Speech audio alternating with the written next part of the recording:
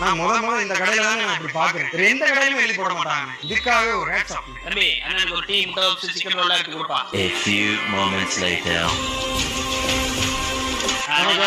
மொத்தம் உங்களுக்கு 120 ரூபாய். கேள இருக்குல கொடுங்க.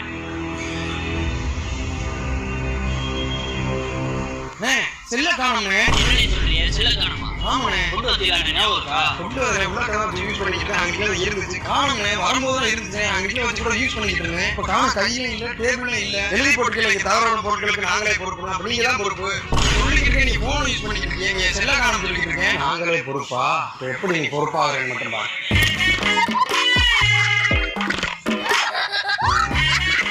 எல்லாம் வாய்ஸோட ரெக்கார்ட் ஆயிடுச்சு. மாப்பிள்ள பேணில இருந்து